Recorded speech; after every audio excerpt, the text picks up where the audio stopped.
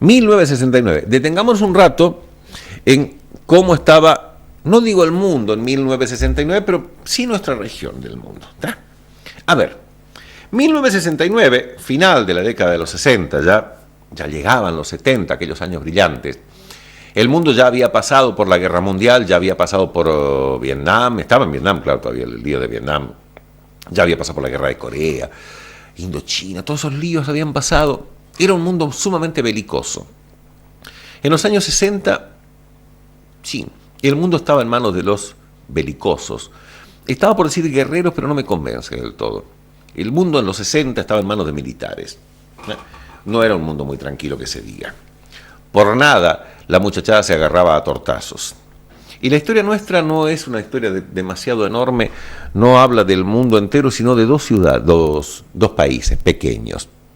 Lindos países, tranquilos deberían ser. De hecho, hoy lo son, pero en un momento de su historia, en ese tiempo, en los 60, estábamos todos sembrados de nervios y de tensiones con los de al lado, porque justamente nos manejaban los que buscaban guerras, no calma. Qué cosa, ¿no?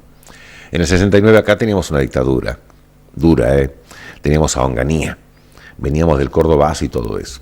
Pero ¿qué pasaba en la otra punta de América? Allá por América Central.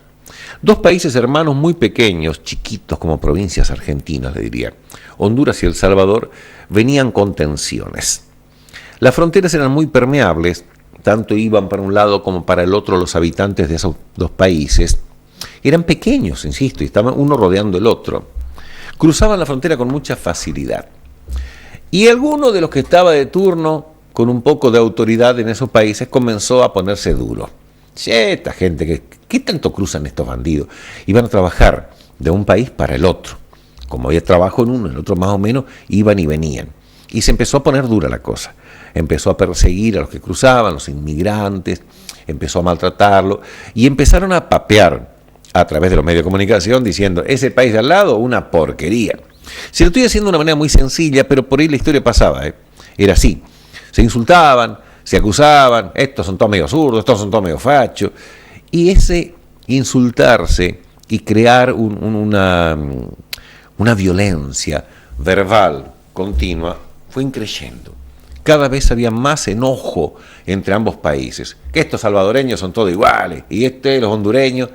Y eso empezó a quedar en la gente, en la poca gente que habitaba esos países. ¿Cómo viene la historia? La fecha que le cuento, estamos promediando el mes de julio del año 1969. Mientras ese clima espantoso se estaba viviendo, se lleva a cabo un partido de fútbol, en realidad no, se estaban llevando a cabo las eliminatorias para el Mundial de Fútbol de 1970. Y en la zona estaban los dos países, las dos selecciones, la de Honduras y El Salvador. Y no venía muy bien el tema porque, claro, había tensión, había bronca, había estas porquerías.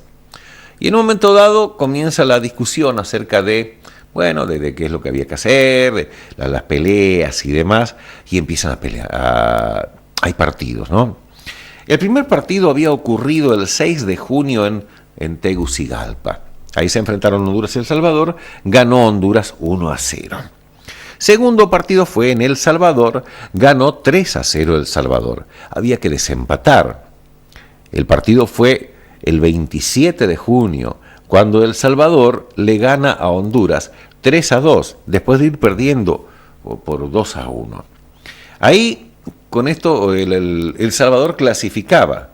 Pero resulta que, miren lo que son las locuras, hubo una guaina muy joven, que era hija de un milico, y que estaba con esa película de la guerra y qué sé yo, qué sé cuánto, y cuando la transmisión del partido muestra que El Salvador mete el tercer gol que le da el pase al Mundial y Honduras queda afuera, esta guaina manotea un chumbo, una pistola del padre y se mata. Y los medios lo hicieron público, hicieron un bochinche tremendo. A partir de ahí comenzó un lío bárbaro, peleas con gente, peleas en las calles de unos y otros, y comenzó la invasión. Es más, los dos países, Honduras y El Salvador, que eran muy pobres, porque eran pobres, usaron lo que no tenían. Invasiones con 20.000 hombres de El Salvador, 12.000 de Honduras.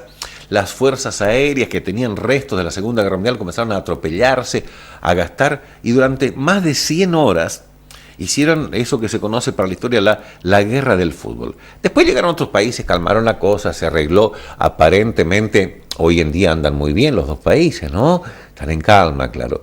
Pero ese pedacito angosto de nuestra América tuvo, producto del mal manejo hecho por los que pensaban que todo el resto del mundo estaba en su contra, tuvo aquella malhadada guerra del fútbol en las clasificatorias del Mundial del 1970. El hecho ocurrió en 1969.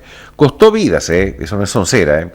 Murieron 700 civiles de un lado y 1.200 del otro, entre civiles y militares. En total casi 2.000 personas muertas, culpa de aquella guerra. Ahí está, ¿ves?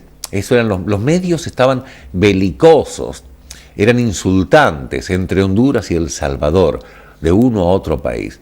Y el mundo vio con mucha sorpresa eso, una guerra estúpida en la que se usó el fútbol como excusa para atacarse. Es más, el autor del último gol, Cardona, dice que no hubiera creído nunca que iba a provocar semejante locura un partido de fútbol.